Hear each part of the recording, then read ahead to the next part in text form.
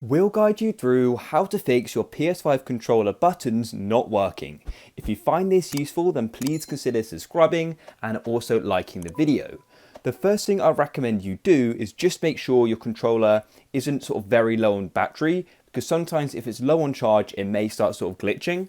So what you want to do is go and plug its charging cable in, so you can plug it into the front of your PS5 with the USB or the back, and then you can just go and plug it into the top like so, and then your controller will start charging. And go and see if that makes any difference.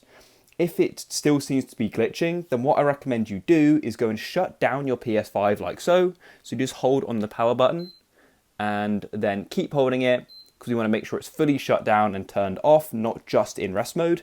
Wait for it to go and turn off. Then what we can try doing is resetting our controller. So to go and do that, flip your controller around, and on the back here, you're going to go and notice a small hole to the right of Sony, and in there is a reset button.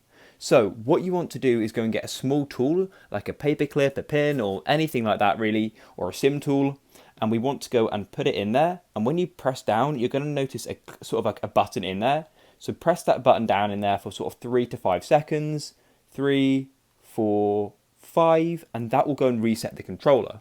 Then what we can do is turn our PS5 back on.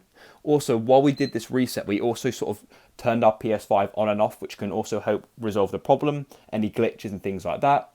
And wait for it to start. Then just go and press on the PlayStation button on your controller. If it doesn't seem to be working, you may need to just go and plug it in using the wire just to go and repair it. So yeah.